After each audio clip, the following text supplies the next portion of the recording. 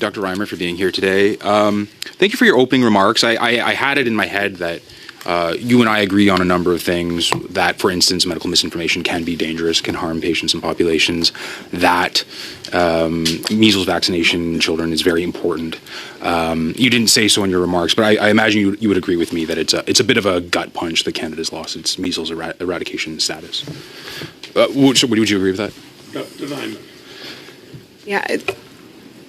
Thank you so much for the question. And I would agree that we do agree on many points, including that losing the measles elimination status was a very disappointing thing to happen in Canada. Thank you.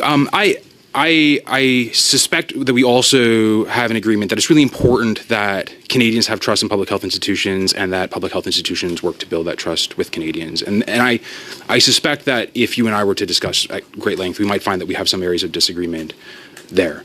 But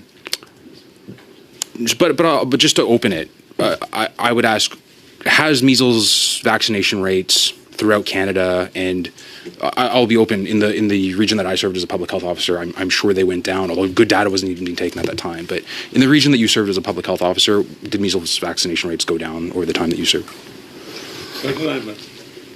Thank you, and thank you again for the question. We have seen a decrease in childhood vaccine uptake across the country. There's certainly variation in different regions, in different communities. However, I would say that across the board, for a variety of reasons, there has been a decrease, which contributed in part to what we're seeing with measles right now in Canada. Yeah, and could you share with me your reasoning for why that happened? I think that there's a number of things that happened at the same time. As I mentioned, there certainly was some distress that occurred during the pandemic for people who were experiencing the decisions that public health made, whether those were the right or the wrong decisions. We know that there were many difficult things that people went through: losing income, losing access to friends and family. Other individuals lost loved ones, and across the board, it was a really difficult time. Okay, so I'd actually say that's more agreement between you and I than I may be expected to attain. But when you say whether they were right or wrong decisions, I guess, would you agree that some of the decisions in some of the jurisdictions were wrong decisions? Thank you.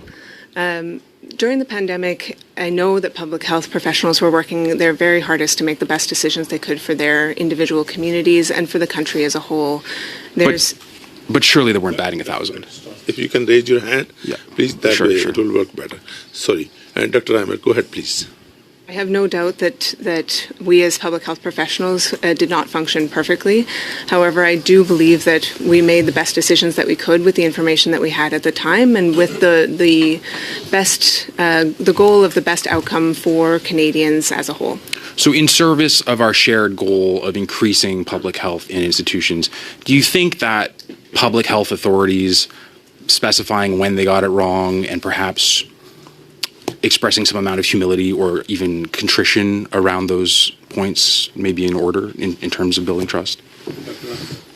Yeah, I think you bring a really valuable point, because something that I heard back from Manitobans when I was doing the vaccine rollout very clearly was how important it was to them that I was transparent and that I expressed both what I knew but also what I didn't know.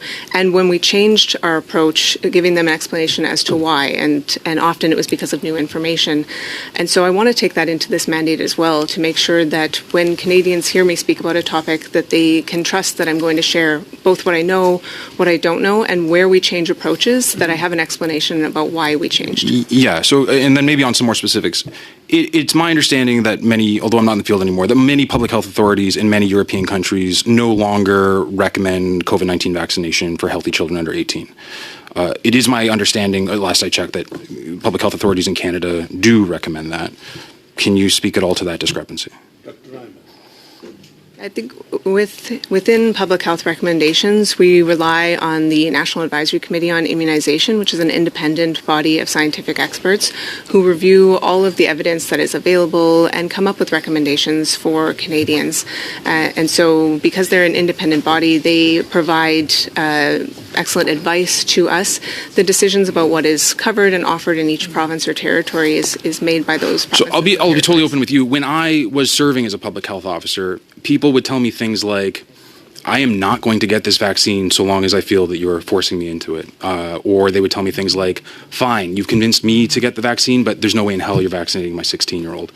And then when I look at frankly, I think coercion that was used with respect to vaccine mandates, and the fact that multiple public health authorities in other countries have kind of stated that the risks, in fact, outweigh the benefits for healthy young people, I think that is a source of profound and ongoing loss of trust. And until that's acknowledged, I don't see that being repaired. So I'd like to know what reflections you have on that, but I just want to raise it as you go forward in your mandate. Like, there is an important lack of trust here, and I think it needs to be dealt with. Dr. Ahmed, you have 25 seconds to respond. And I really appreciate those comments. It, as I mentioned, was a really difficult time for everyone.